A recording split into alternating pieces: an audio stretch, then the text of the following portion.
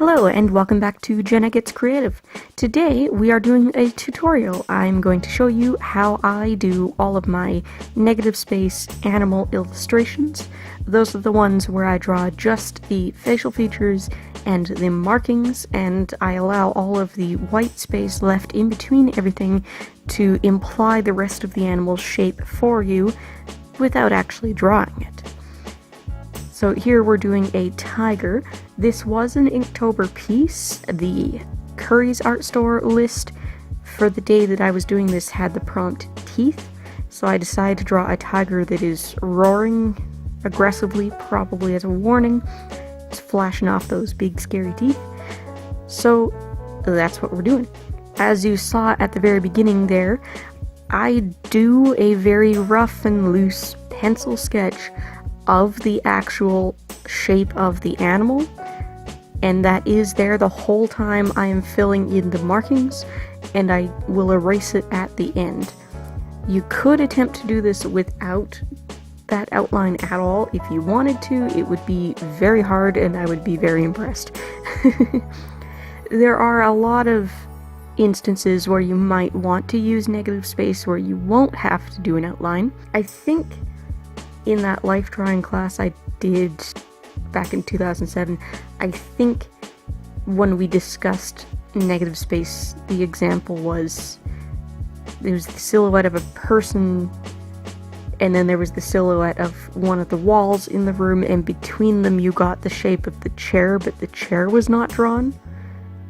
There's plenty of instances in art where you might want to use negative space, and I think I've had people asking me to do a tutorial on this, and I think where people get caught up is they just don't know where to start. So what I've done here is, as I said, I have a very rough pencil sketch of the basic shapes of this creature, and I am looking at a reference photo. I'm not copying all of the stripes exactly off of the photo. I'm getting the direction they move and where on the body the stripes are going to cluster in a certain way, but I'm not copying that tiger's pattern. The tiger I have drawn is distinct in terms of its pattern from the tiger I was looking at. And I do get all of my reference photos off of royalty-free sites like Pixabay. Sometimes I'll look at Shutterstock. If you want to get the full high-resolution photo on places like Shutterstock, you have to pay. Pixabay is free. There's a few others out there. I like Pixabay. You can also get into the Wikimedia Commons. Just click on any image in any Wikipedia article and go into the view more details. And from the category links and stuff in there, you'll end up in Wikimedia Commons, which is the site where people upload all of the images and videos that Wikipedia uses. And they're all free to use. A lot of them are completely released public domain, and the rest of them are Creative Commons or GNU. And yeah, you can use them and reference them in your artwork without getting into trouble, which is good. For the lines, the stripes where the fur is shorter, I'm doing very clean edges to the stripes, and in places where the fur is longer, particularly where I want to really draw attention to the fact that the fur is longer, I'm doing much rougher, sketchier strokes near the edges. You can fill in the middle of the stripe much cleaner and crisper if you want to, but if you want to imply that the animal is particularly hairy, make the edges of the marking hairy. And if you want to imply that the animal's coat is really short and fine and sleek, make the edges of the markings clean. So there we just had a close-up on the face, and I'm moving into the neck and the chest area on the tiger, and I'm working around the part where the tiger does have that beard mane bit that is mostly white fur, and I'm really being careful to make sure that those neck markings that are going to be behind that fur are slightly obscured by it. And I'm also just being careful to make sure that all of these long reaching stripes are implying the right curve for the way the animal is moving and twisting in their pose. This tiger is walking by. He's walking mostly out of the frame towards you, but a little bit off to the side. But he's looking off in the opposite direction from that side movement he's got going on. I decided to make his tail much more visible in this one. You'll see it closer to the end as I work backward to the back on this tiger. The reference I was looking at did not have the tail all that visible, so yeah, got to freestyle a bit. I happen to be using my Copic Multiliners in this video. In the past, you've seen me use microns and Staedtler pigment liners. It really doesn't matter what you use. I picked these because the nib sizes I have in this go all the way down to 0.03 millimeters, which is very fine, and I thought that would be quite useful in adding the details, particularly on the paws around the toes.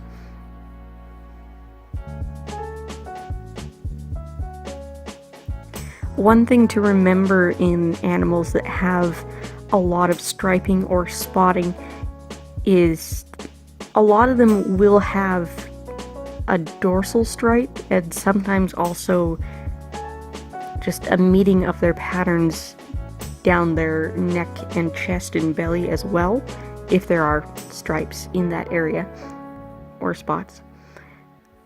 So remember that center line up from the belly into the neck and over the head and down the back, everything should converge into a line, whether the coat has a line there or not. A dorsal stripe is a line all the way down the spine. Your pattern should be converging there, and depending on how hairy the creature is, probably even skewing off toward the tail. That will really help you convey the shape and the motion of the animal when you're using this technique of only drawing its markings and not drawing the rest of its body. Here I'm working on one of the paws. This paw it's being set down. He's mid-step. Some of those toes are not touching the ground yet. And I'm using a really thin nib there, trying to put the shadows in. There are some markings and some darker tones in the fur. I also put the claws in because that is very, very dark. But I allowed myself to put in some shadow under the toes, just so you know what that is, because there's just only so much you can do with the markings when the markings kinda don't exist at the very edge of the paws. Be careful not to add too much in a case like that, where you're trying to define the toes where there's no markings there. Be careful not to add too much, or it'll look like you actually did start to draw more of the shape in that one spot, and then if you don't have a background going on or anything like that, it's a break from the style that you're using in the rest of the piece, and it may either look sloppy or make the rest of the piece look unfinished. And as you can see, that other front paw is crossed behind, and it's lifting up. He's going to step with that one next. So he's up on the toes there. It's quite bent. The dew claw toe is completely off the ground. Notice how just where I've drawn the stripes, where they start and stop, where they're coming from, really helps to convey the angle of the legs and where that paw is in the process of being put down or picked up in that step. And also remember that the stripes, on most animals that have stripes and spots, the edges really are not clean. Like, spots are not circles, and stripes are not crisp lines in most cases. So don't go for super straight lines. Like, I force my hand to shake a bit when I'm working on the outline of those stripes, because you want a very unsteady line that makes it look natural, that helps you imply the fur, but also just the fact that tiger stripes don't have clean edges. Maybe a bit on the face, but not in the body. They are very rough and hairy. They're furry. It's a furry animal. So we're working in the back end of the animal here, and the pose that my reference photo is in, the angle the photo was taken at, there is foreshortening happening there. So it was interesting to make sure that I had that dorsal stripe type thing implied here, so that you knew exactly where the body was going and coming from. And in a pose like this, where the head is turned so that over the top of the head you see more of the body, you really have to be careful not to blend your ears and the markings on the top of the head into the markings much further back on the body. I've chosen to leave a little bit of a sliver of a white gap in between where one of the stripes on the back is and where the ear is, just so you see that that is a separate shape. That's another great example of how you can use negative space in your artwork to imply things without drawing everything. And this is really just great practice for more realistic drawings, because, you know, things in nature generally don't have outlines. So doing a piece of art that doesn't have outlines, it's a challenge, but it's great practice. I could, if I wanted to, take this after and put the orange into the tiger, but I like leaving these as black and white images. It's interesting to look at, people comment on it, but you could start with this, work on it till you're happy, and then add color in after, if you wanted to. The back legs here they're overlapping because of the angle the photo was taken at, but unlike the front legs, they're not crossed over, they're just one's a little bit behind the other. So again, you have to be careful. You have to use those stripes, position them differently on each leg, so that you can see where one leg ends and the other one begins.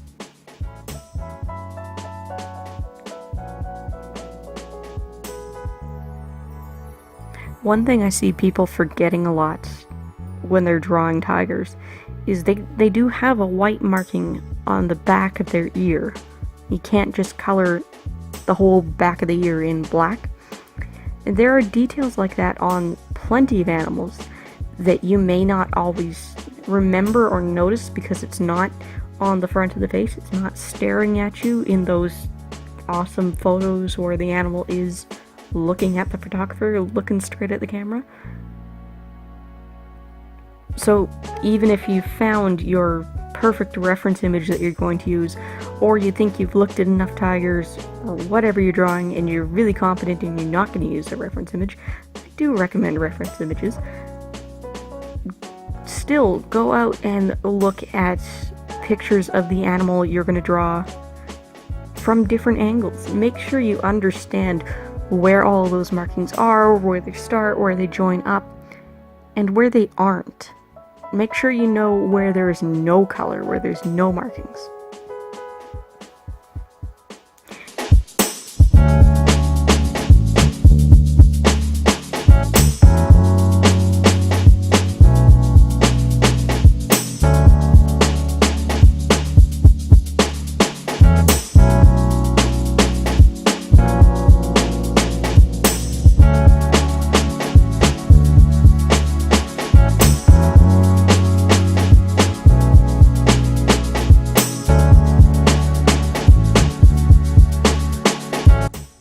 getting close to the end here, so I'm just going to take a minute for housekeeping business. I will be linking my website, my Redbubble shop, and all of my social medias down below. Please do go check that out. And follow me on social media. I'd love to see what you're working on. Share your art with me. I'd also love to start putting my viewers' artwork in my end cards, give you a little exposure and maybe give a little extra inspiration to my viewers. So if you'd like me to show off your work, be sure to tag me in it and let me know that I have permission to show it off. If you are here shortly after this goes live, this is going up on the last day to enter my giveaway contest. So if you haven't entered yet and you are here and it's still the 18th, please do go back to my Aqua Band Speed Paint video from 2 Fridays ago. That is the entry information video. Subscribe to this channel and enter. You have until the end of today, the 18th. Good luck!